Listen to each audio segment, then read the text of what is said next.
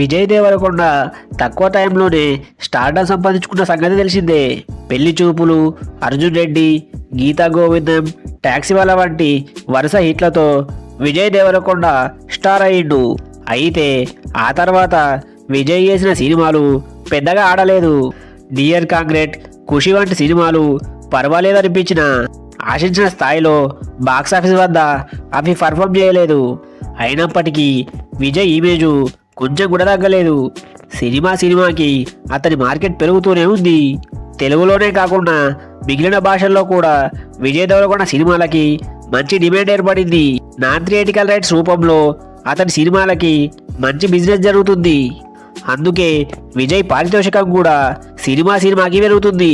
ప్రస్తుతం Vijay Jersey fame Gautam Tinnanuri దర్శకత్వంలో ఓ cinema చేస్తున్నాడు.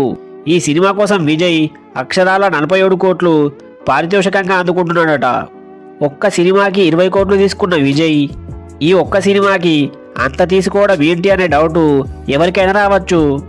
విషయం ఏంటంటే గౌతమ్ తిన్ననూరి దర్శకత్వంలో చేస్తున్న సినిమా 2 భాగాలుగా తెరకెక్కుతుంది.